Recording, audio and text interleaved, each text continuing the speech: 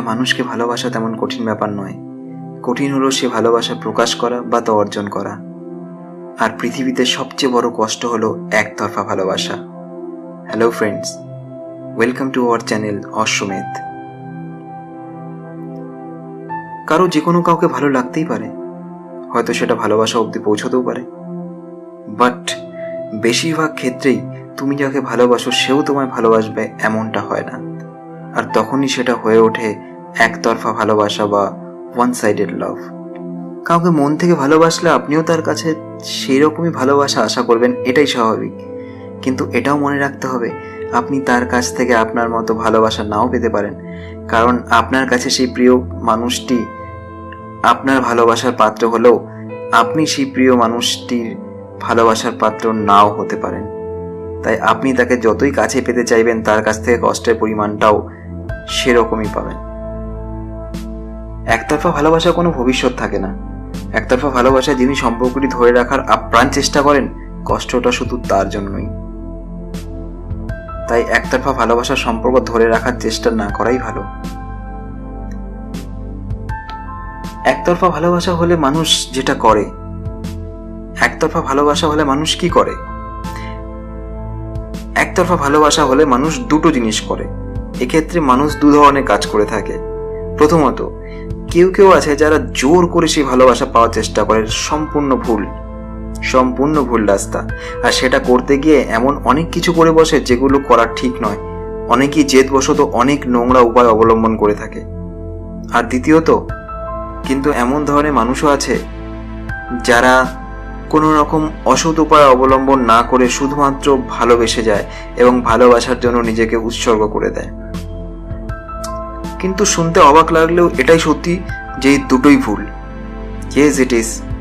কারণ প্রথমত, যারা জোর করে ভালোবাসা পাওয়ার চেষ্টা করে এবং বিভিন্ন অসৎ উপায় নিয়ে থাকে, তাদের ভালোবাসা পাওয়া তো হয়ই না, বরং তাদের ঠাঁই হয় কোনো জেল বা পাবলিক ধোলাই। আর যারা নিজেকে উৎসর্গ করে দেয় ভালোবাসার জন্য, তাদের বলছি, কেন? হোয়াই? কি হবে তাতে? আপনি আপনার ভালোবাসা পেয়ে যাবেন? না। আপনি সুখে থাকবেন? না। আপনার পরিবারের মানুষগুলো আপনার ওই অবস্থা থেকে খুশি হবে?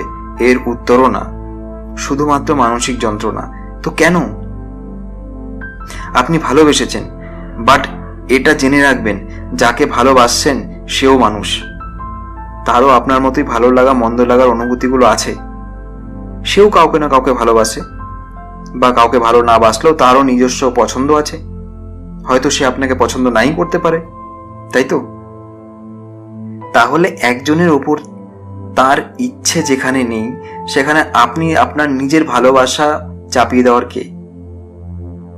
কারণ আপনার ভালোবাসার, আপনার অনুভূতি, আপনার মূল্যবোধগুলো সেখানে কোনো মর্যাদা পাবে না। সেখানে শুধু শুধু কেন সময় নষ্ট করছেন?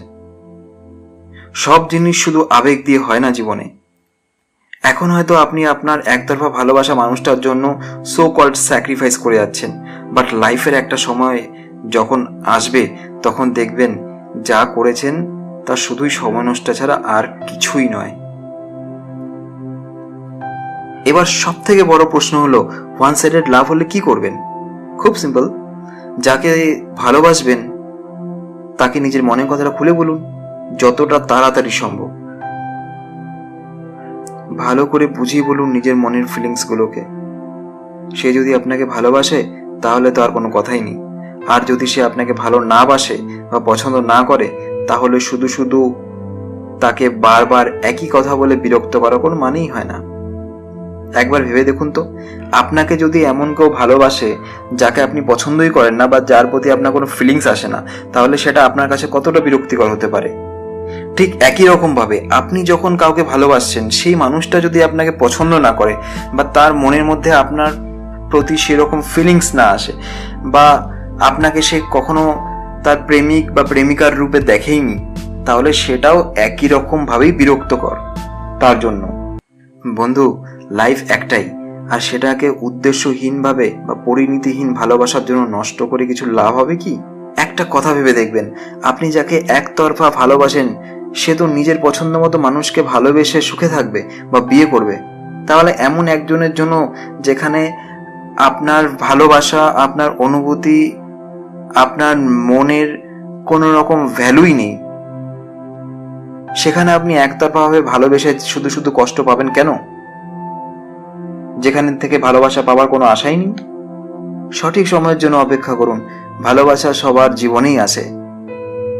হয়তো আপনার জন্য তার থেকেও বেটার কেউ অপেক্ষা করছে, আরো বেশি ভালোবাসা, যেখানে আপনি যতটুকু ভালোবাসবেন তার 10 গুণ হয়তো তার রিটার্ন হিসাবে পাবেন। এটাই ভালোবাসা। একতরফা ভালোবাসা কখনো কেউ সুখী হতে পারে না। এই ছিল আজকের ভিডিও। পরবর্তীতে নতুন কোনো ভিডিও নিয়ে আবার দেখা হবে। God bless you. এইরকম আরও ভিডিও পাওয়ার জন্য অষ্টমের চ্যানেলটিকে সাবস্ক্রাইব করুন। ভিডিওটি ভালো লেগে থাকলে লাইক, কমেন্ট, শেয়ার করুন।